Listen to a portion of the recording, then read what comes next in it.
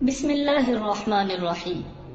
صلح حدیبیہ کے خاتمے کے بعد رسول اللہ صلی اللہ علیہ وسلم نے بڑی سرعت سے جنگ کی تیاری شروع کر دی اور پوری کوشش کی کہ یہ خبر مکہ والوں کو نہ ملنے پائے۔ رازداری کی انتہا یہ تھی کہ آپ صلی اللہ علیہ وسلم نے حضرت عائشہ صدیقہ رضی اللہ تعالی عنہا کو سفر کا سامان تیار کرنے کا حکم تو دیا، مگر یہ نہ بتایا کہ یہ سفر کہاں کا ہے۔ ناظرین، آج کی ویڈیو میں ہم آپ کو فتح مکہ کا عظیم الشان واقعہ قرآن و حدیث کی روشنی میں بتائیں گے۔ ناظرین، حضور اکرم صلی اللہ علیہ وسلم چاہتے تھے کہ یکدم مکہ والوں کے سروں پر جا پہنچے تاکہ وہ مقابلہ نہ کر سکے اور یوں مکہ کی مقدس سرزمین کسی خوریزی کے بغیر اپنے اصل وارثوں کو واپس مل جائے۔ آپ صلی اللہ علیہ وسلم نے اس بارے میں خصوصی دعائیں کی اور فرمایا، یا اللہ، قریش کا کوئی مخبر اپنا کام نہ کر پائے اور ہم اچانک ان تک پہنچ جائیں۔ جب سفر کی تیاری مکمل ہو گئی تب آپ نے صحابہ کرام کو آگاہ فرمایا کہ ہم کس طرف جانے والے ہیں۔ اس موقع پر ایک مخلص مسلمان حاطب بن ابی بلتہ رضی اللہ تعالی عنہ نے ایک عورت کے ذریعے قریش کو حضور اکرم صلی اللہ علیہ وسلم کی لشکر کشی کا اطلاعی رکا روانہ کر دیا۔ یہ ایک سنگین غلطی تھی، جو کسی اور سے سرزد ہوتی تو اس پر نفاق کا شبہ کیا جاتا، مگر حضرت حاطب رضی اللہ تعالی عنہ مخلص اور پرانے صحابی تھے۔ اس اضطرابی حرکت کی وجہ صرف یہ تھی کہ مکہ میں ان کے اہل و عیال بے سہارا تھے، کوئی اور رشتہ دار وہاں ان کا حمایتی نہ تھا۔ انہیں خطرہ ہوا کہ کہیں قریش مسلمانوں کو حملہ کرتے دیکھ کر میرے بیوی بچوں کو یرغمال نہ بنا لے، اس لیے قریش سے یہ بھلائی کر کے وہ اپنے اہل و عیال کے حق میں ان کے نیک سلوک کے مستحق بننا چاہتے تھے۔ رسول اللہ صلی اللہ علیہ وسلم کو اللہ تعالیٰ نے اس کی اطلاع دے دی۔ آپ صلی اللہ علیہ وسلم نے حضرت علی، حضرت زبیر اور حضرت مقداد بن اسود رضی اللہ تعالی عنہم کو اس عورت کے پیچھے بھیجا۔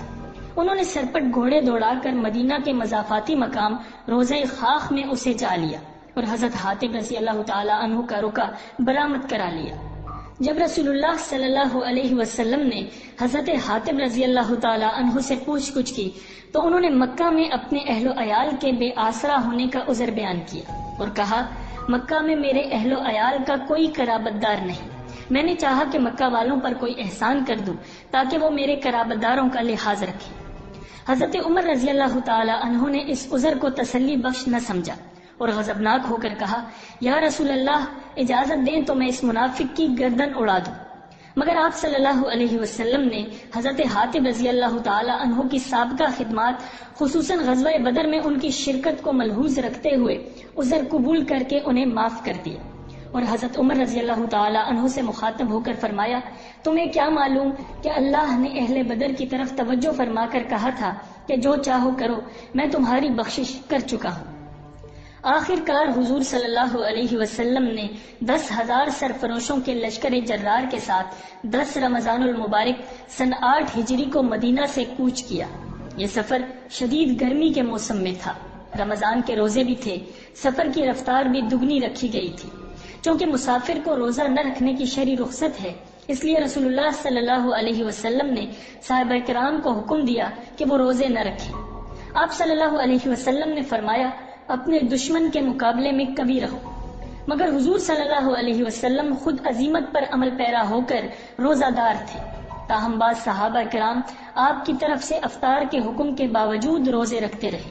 انہیں گوارا نہ تھا کہ رسول اللہ صلی اللہ علیہ وسلم اس قدر مشقت میں ہوں اور وہ کھاتے پیتے رہے۔ جب العرج کے مقام پر پڑاؤ ڈالا گیا تو حضور اقدس صلی اللہ علیہ وسلم پیاس یا تپش کی وجہ سے سر پر پانی ڈالنے لگے۔ آپ صلی اللہ علیہ وسلم کی مشقت دیکھ کر بعض صحابہ نے چاہا کہ آپ صلی اللہ علیہ وسلم افطار کر لیں۔ انہوں نے عرض کیا، یا رسول اللہ، آپ نے روزہ رکھا ہے تو بعض لوگوں نے بھی روزہ رکھا ہوا ہے۔ تاہم حضور صلی اللہ علیہ وسلم روزے رکھتے رہے، مگر جب مکہ 90 کلومیٹر دور رہ گیا تو آپ صلی اللہ علیہ وسلم نے قدید کے نخلستان میں پڑاؤ ڈالا اور سب کے سامنے ایک پیالہ پانی منگوا کر نوش فرمایا۔ یہ دیکھ کر سب لوگوں نے روزے رکھنا چھوڑ دیے۔ لشکر کی نقل و حرکت اتنی خاموش اور تیز تھی کہ قریش کو آخر تک کچھ پتہ نہ چلا اور مسلمانوں نے 2 ہفتوں کی مسافت صرف 1 ہفتے میں طے کر لی۔ حضور صلی اللہ علیہ وسلم کے چچا حضرت عباس رضی اللہ تعالی عنہ بھی آپ کی روانگی سے بے خبر تھے، اور اپنے اہل و عیال کو لے کر ہجرت کے ارادے سے نکل پڑے تھے۔ مکہ سے 82 میل دور جحفہ کے مقام پر انہیں مسلمانوں کا عظیم لشکر آتا دکھائی دیا تو حیران رہ گئے۔ آپ صلی اللہ علیہ وسلم انہیں دیکھ کر بے حد خوش ہوئے اور انہیں ہم رکاب فرما لی۔ حضور صلی اللہ علیہ وسلم نے مکہ کے قریب مرو زہران پہنچ کر پڑاؤ ڈالا۔ تب قریش کو ہوش آیا اور وہ مکہ کے دروازوں پر اتنی بڑی فوج دیکھ کر سراسیمہ ہو گئے۔ یہاں ایک عجیب واقعہ پیش آیا۔ قریش کے متعصب اور سرکردہ لوگوں میں سے 2 افراد نے اسلام قبول کر لیا۔ دونوں ابو سفیان تھے، ایک ابو سفیان بن حرب، دوسرے ابو سفیان بن الحارث۔ ابو سفیان بن الحارث بنو ہاشم کے ممتاز رکن اور حضور صلی اللہ علیہ وسلم کے چچازاد تھے، بچپن اور جوانی کے دوست تھے، شاعری میں بھی انہیں کمال حاصل تھا، مگر انہوں نے شان رسالت میں نازیبہ اشعار کہہ کہہ کر حضور صلی اللہ علیہ وسلم اور مسلمانوں کو بڑا دکھ پہنچایا تھا۔ تاہم اب ان کے دل میں اسلام کی سچائی کا یقین گھر کر گیا تھا۔ انہیں اپنے ماضی پر اتنی ندامت ہوئی کہ دل بھر آیا اور وہ اپنے ایک کم سن بچے کو ساتھ لیے ہوئے رسول اللہ صلی اللہ علیہ وسلم کی خیمگاہ میں حاضر ہوئے۔ آپ کو ان کی آمد کی اطلاع ملی تو ان کے دیے ہوئے زخم یاد آ گئے۔ آپ نے فرمایا، میں ملنا نہیں چاہتا۔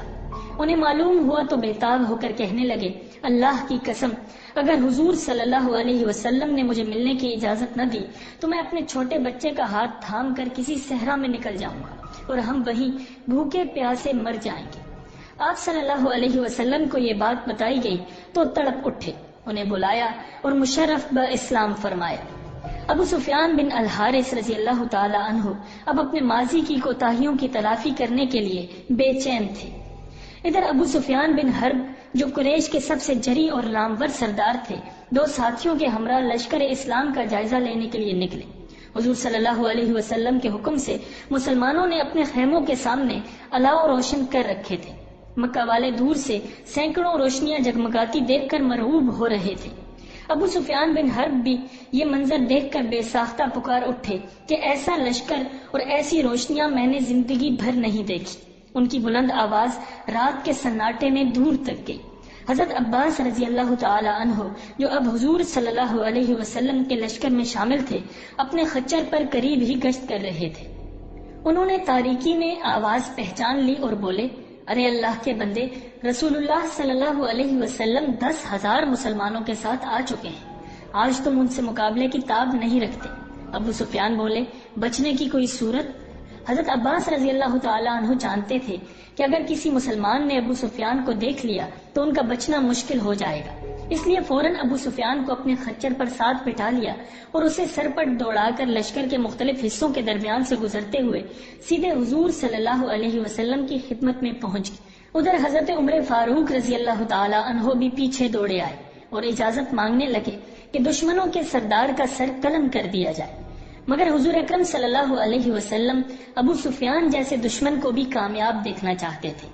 حضور اقدس صلی اللہ علیہ وسلم نے انہیں دعوت اسلام دیتے ہوئے فرمایا، ابو سفیان، کیا اب بھی وقت نہیں آیا کہ تم گواہی دو کہ اللہ کے سوا کوئی معبود نہیں؟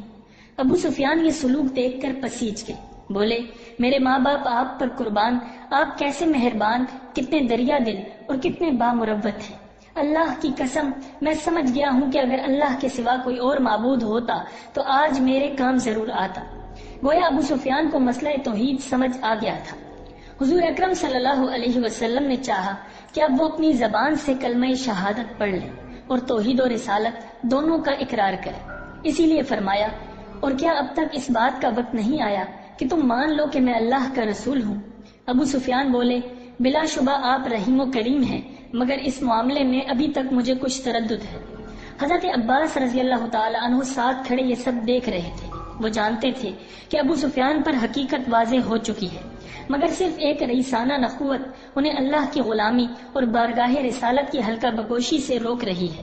انہوں نے فوراً اس شیطانی وسوسے کو دور کرنے کے لیے کہا، اللہ کے بندے، اس سے پہلے کہ تمہاری گردن اڑا دی جائے اسلام قبول کر لو۔ یہ نسخہ کارگر ثابت ہوا۔ ابو سفیان تمام وسوسوں کو ذہن سے جھٹک کر اسلام لے آئے۔ اس موقع پر حضرت عباس رضی اللہ تعالی عنہ نے حضور اقدس صلی اللہ علیہ وسلم سے ابو سفیان بن حرب رضی اللہ تعالی عنہ کو کوئی اعزاز دینے کی سفارش کی۔ حضرت صلی اللہ علیہ وسلم نے فرمایا، کیوں نہیں؟ جو شخص ابو سفیان کے گھر میں پناہ لے وہ مامون ہے، جو حرم شریف میں پناہ لے وہ بھی مامون ہے، اور جو اپنے گھر کا دروازہ بند کر لے وہ بھی مامون ہے۔ رحمت عالم صلی اللہ علیہ وسلم نے یہ پیشکش اس لیے فرمائی تاکہ مکہ کے لوگ عدم تحفظ کا شکار ہو کر لڑنے بھیڑنے کی کوشش نہ کریں، کیونکہ بعض اوقات خوف بھی انسان کو حملے پر مجبور کر دیتا ہے۔ آپ صلی اللہ علیہ وسلم نے سب کے لیے امن کی عملی صورتیں مہیا فرما کر اس کا انتظام کر دیا کہ مسلمان کسی مزاحمت کا سامنا کیے بغیر مکہ میں داخل ہو جائیں اور مقدس سرزمین خونریزی سے پاک رہے۔ ناظرین، پھر کس فاتحانہ شان کے ساتھ سرور کونین امام الانبیاء جناب رسول اللہ صلی اللہ علیہ وسلم اپنے آبائی شہر مکہ مکرمہ میں داخل ہوئے، اور آپ کو طرح طرح کی اذیتیں پہنچانے والے قریش مکہ کے ساتھ آپ نے کیا سلوک کیا؟ جاننے کے لیے دیکھیے اس ویڈیو کا پارٹ 2۔